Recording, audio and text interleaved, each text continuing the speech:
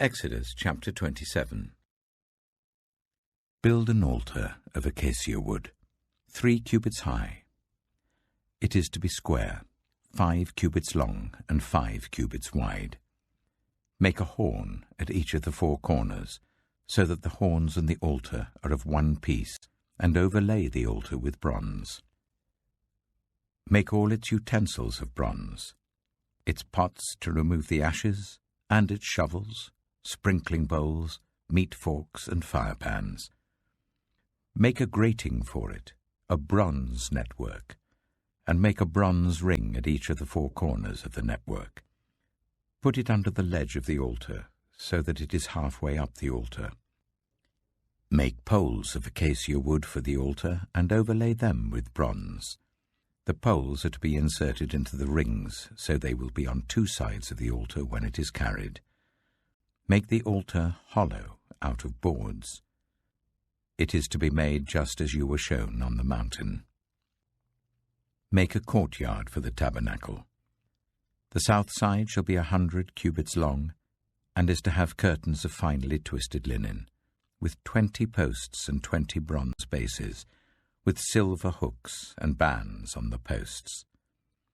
The north side shall also be 100 cubits long, and is to have curtains with 20 posts and 20 bronze bases, and with silver hooks and bands on the posts. The west end of the courtyard shall be 50 cubits wide, and have curtains with 10 posts and 10 bases. On the east end, towards the sunrise, the courtyard shall also be 50 cubits wide. Curtains 15 cubits long are to be on one side of the entrance with 3 posts and 3 bases, and curtains 15 cubits long are to be on the other side, with 3 posts and 3 bases. For the entrance to the courtyard, provide a curtain 20 cubits long of blue, purple, and scarlet yarn, and finely twisted linen, the work of an embroiderer, with 4 posts and 4 bases. All the posts around the courtyard are to have silver bands and hooks and bronze bases. The courtyard shall be 100 cubits long and 50 cubits wide, with curtains of finely twisted linen 5 cubits high, and with bronze bases. All the other articles used in the service of the tabernacle, whatever their function, including all the tent pegs for it and those for the courtyard, are to be of bronze. Command the Israelites to bring you clear oil of pressed olives for the light, so that the lamps may be kept burning.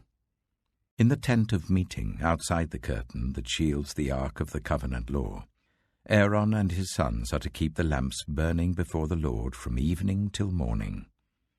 This is to be a lasting ordinance among the Israelites for the generations to come.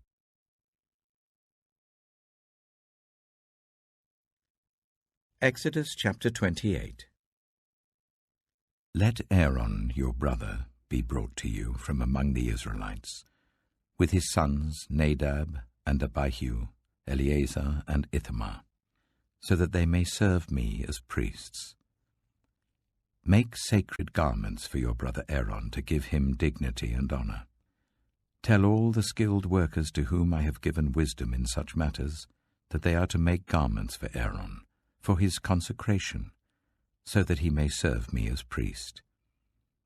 These are the garments they are to make: a breastpiece, an ephod, a robe, a woven tunic, a turban, and a sash. They are to make these sacred garments for your brother Aaron and his sons, so that they may serve me as priests. Make them use gold, and blue, purple, and scarlet yarn, and fine linen.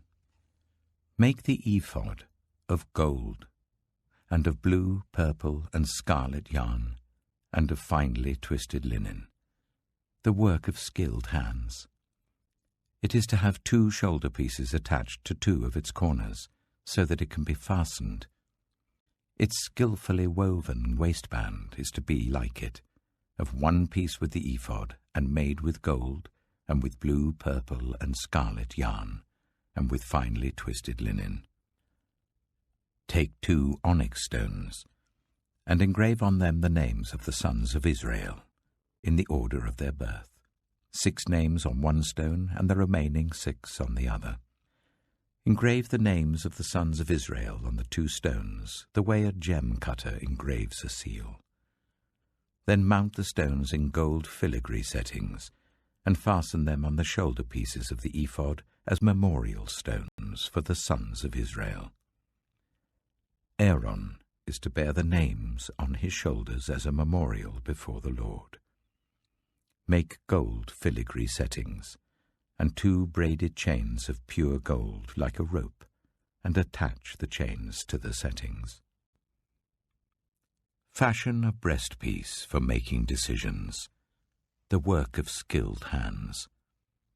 Make it like the ephod, of gold and of blue, purple and scarlet yarn, and of finely twisted linen.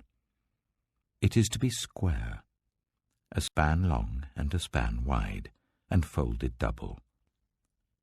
Then mount 4 rows of precious stones on it. The first row shall be carnelian, chrysolite, and beryl. The second row shall be turquoise, lapis lazuli, and emerald. The third row shall be jacinth, agate, and amethyst. The fourth row shall be topaz, onyx, and jasper. Mount them in gold filigree settings.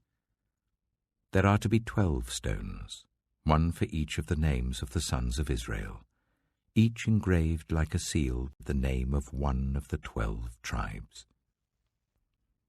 For the breastpiece, make braided chains of pure gold like a rope. Make 2 gold rings for it and fasten them to 2 corners of the breastpiece. Fasten the 2 gold chains to the rings at the corners of the breastpiece, and the other ends of the chains to the 2 settings, attaching them to the shoulder pieces of the ephod at the front. Make 2 gold rings, and attach them to the other 2 corners of the breastpiece on the inside edge next to the ephod. Make 2 more gold rings, and attach them to the bottom of the shoulder pieces on the front of the ephod, close to the seam just above the waistband of the ephod. The rings of the breastpiece are to be tied to the rings of the ephod with blue cord, connecting it to the waistband, so that the breastpiece will not swing out from the ephod. Whenever Aaron enters the holy place, he will bear the names of the sons of Israel over his heart on the breastpiece of decision, as a continuing memorial before the Lord. Also put the Urim and the Thummim in the breastpiece, so they may be over Aaron's heart whenever he enters the presence of the Lord. Thus Aaron will always bear the means of making decisions for the Israelites over his heart before the Lord. Make the robe of the ephod entirely out of blue cloth, with an opening for the head in its center. There shall be a woven edge like a collar around this opening, so that it will not tear. Make pomegranates of blue, purple, and scarlet yarn around the hem of the robe, with gold bells between them. The gold bells and the pomegranates are to alternate round the hem of the robe. Aaron must wear it when he ministers. The sound of the bells will be heard when he enters the holy place before the Lord and when he comes out, so that he will not die. Make a plate of pure gold, and engrave on it, as on a seal, Holy to the Lord. Fasten a blue cord to it, to attach it to the turban. It is to be on the front of the turban. It will be on Aaron's forehead, and he will bear the guilt involved in the sacred gifts the Israelites consecrate, whatever their gifts may be. It will be on Aaron's forehead continually, so that they will be acceptable to the Lord. Weave the tunic of fine linen, and make the turban of fine linen. The sash is to be the work of an embroiderer. Make tunics, sashes, and caps for Aaron's sons, to give them dignity and honor. After you put these clothes on your brother Aaron and his sons, anoint and ordain them. Consecrate them, so they may serve me as priests. Make linen undergarments as a covering for the body, reaching from the waist to the thigh. Aaron and his sons must wear them whenever they enter the tent of meeting or approach the altar to minister in the holy place, so that they will not incur guilt and die. This is to be a lasting ordinance for Aaron and his descendants.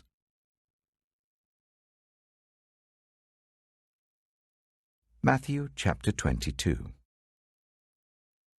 Jesus spoke to them again in parables, saying, "The kingdom of heaven is like a king who prepared a wedding banquet for his son.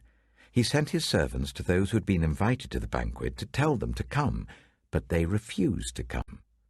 Then he sent some more servants and said, 'Tell those who have been invited that I have prepared my dinner. My oxen and fattened cattle have been slaughtered, and everything is ready. Come to the wedding banquet.' But they paid no attention and went off, one to his field, another to his business. The rest seized his servants, ill-treated them, and killed them. The king was enraged. He sent his army and destroyed those murderers and burned their city. Then he said to his servants, 'The wedding banquet is ready, but those I invited did not deserve to come. So go to the street corners and invite to the banquet anyone you find.'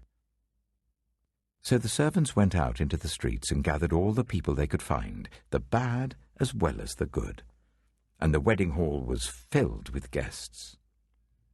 But when the king came in to see the guests, he noticed a man there who was not wearing wedding clothes.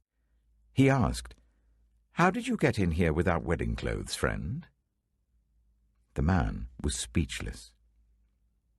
Then the king told the attendants, 'Tie him hand and foot and throw him outside into the darkness, where there will be weeping and gnashing of teeth. For many are invited, but few are chosen.'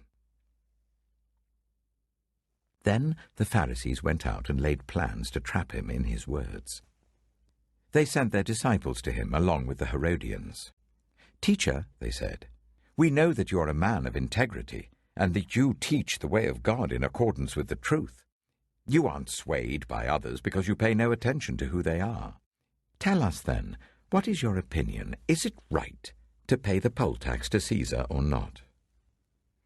But Jesus, knowing their evil intent, said, 'You hypocrites! Why are you trying to trap me? Show me the coin used for paying the tax.'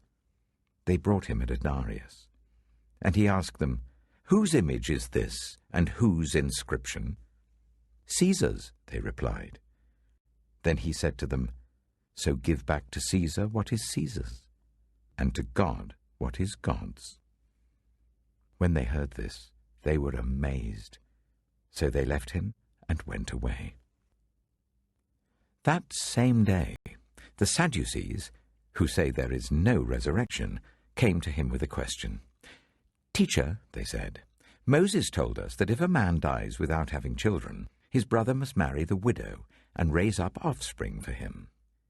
Now there were 7 brothers among us. The first one married and died, and since he had no children, he left his wife to his brother. The same thing happened to the second and third brother, right on down to the 7th. Finally, the woman died. Now then, at the resurrection, whose wife will she be of the 7, since all of them were married to her?' Jesus replied, 'You are in error because you do not know the Scriptures or the power of God. At the resurrection, people will neither marry nor be given in marriage. They will be like the angels in heaven. But about the resurrection of the dead, have you not read what God said to you? I am the God of Abraham, the God of Isaac, and the God of Jacob. He is not the God of the dead, but of the living.' When the crowds heard this, they were astonished at his teaching. Hearing that Jesus had silenced the Sadducees, the Pharisees got together. One of them, an expert in the law, tested him with this question. 'Teacher, which is the greatest commandment in the law?' Jesus replied, Love the Lord your God with all your heart, and with all your soul, and with all your mind. This is the first and greatest commandment, and the second is like it. Love your neighbor as yourself. All the law and the prophets hang on these two commandments. While the Pharisees were gathered together, Jesus asked them, "What do you think about the Messiah? Whose son is he?" "The son of David," they replied. He said to them, "How is it then that David, speaking by the Spirit, calls him Lord? For he says, 'The Lord said to my Lord, sit at my right hand until I put your enemies under your feet.' If then David calls him Lord, how can he be his son?" No one could say a word in reply, and from that day on, no one dared to ask him any more questions.